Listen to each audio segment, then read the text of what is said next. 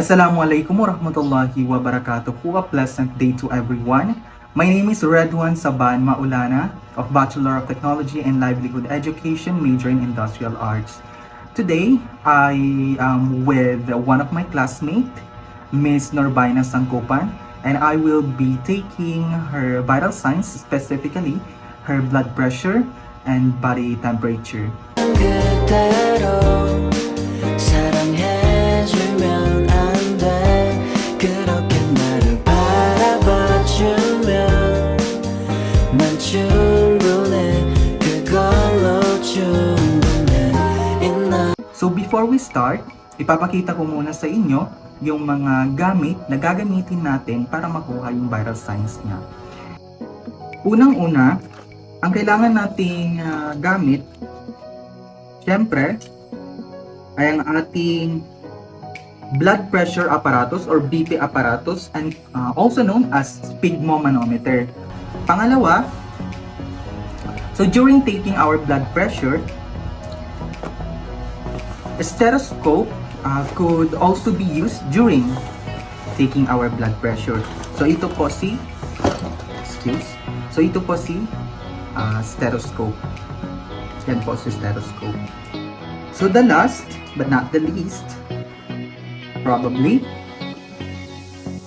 our thermometer. So it is used for taking our body temperature. Alright, it is called clinical thermometer.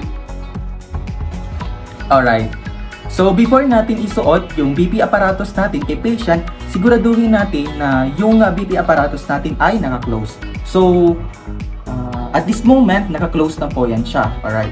Okay, so pangalawa is kailangan si patient naka-relax yung buong katawan niya and especially yung kanyang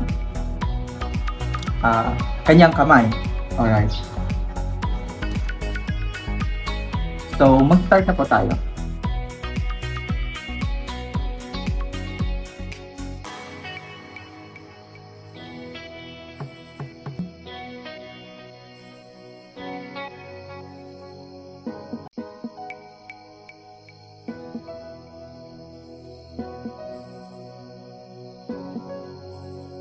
So sa paggamit po natin ng BP apparatus o pagsuot po natin ng BP apparatus, yung pinaka-line po nito sa ating braso ay kailangan hindi siya natatakpan.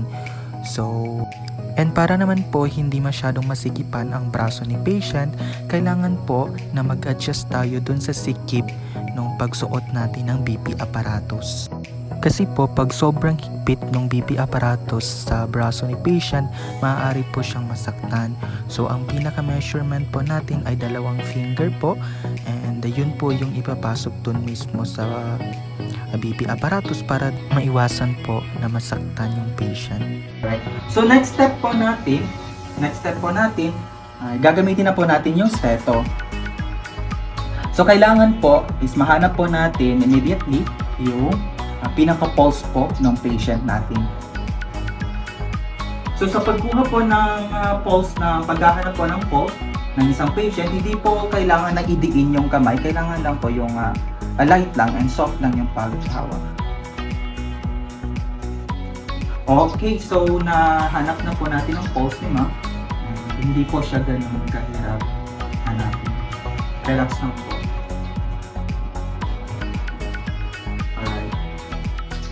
So, kailangan natin i-press yung stetho para mas marinig natin.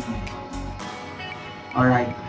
So, at this moment po, kailangan po tatanungin muna yung patient kung alam niya yung last BP niya.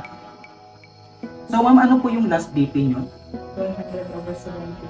Alright. So, ang last BP po ni ma'am ay 100/70. And ang next step po natin ay mag-add po tayo dun sa systolic ni ma'am ng 30 po, and dun po tayo mag-stop. So 100 plus 30 is equals to 130. So dun po tayo mag-stop sa kay 130. And if ever naman po na hindi maalala or hindi alam ni patient ang kanyang last BP, ay magpo-proceed po tayo, dun po tayo mag-stop sa 150. Okay, so start na po tayo.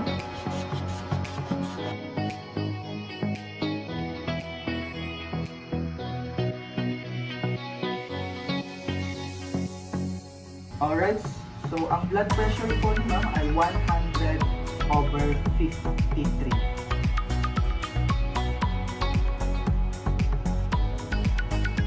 Alright, thank you.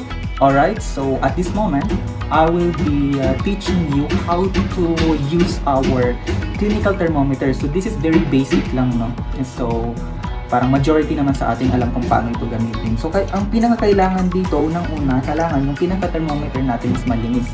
Kailangan na linisan na natin to. Before natin gamitin, syempre, kailangan muna natin i-on. Alright. On natin. Si patient, so ang gagamitin po natin na way of taking our body temperature is si axillary, which is ilalagay po siya sa may kilikili. By the way, kailangan po sa pag-ipit, kailangan ito po yung pinaka-iipitin. Especially ito po ang pinaka-bakal na to. Alright, so on na po natin.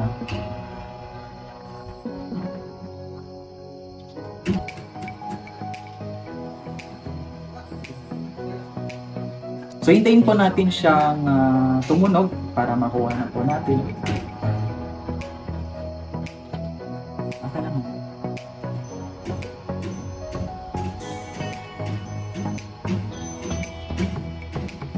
Alright, so our body temperature po, nag-range siya from 36.1 Celsius to 37.2.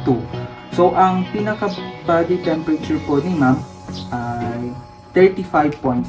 So, this is also considered as normal. Alright, so that's all. I hope na may natutunan kayo. And I hope na naiintindihan or naintindihan yung mga explanation ko dito. So, that's all for today. Thank you so much.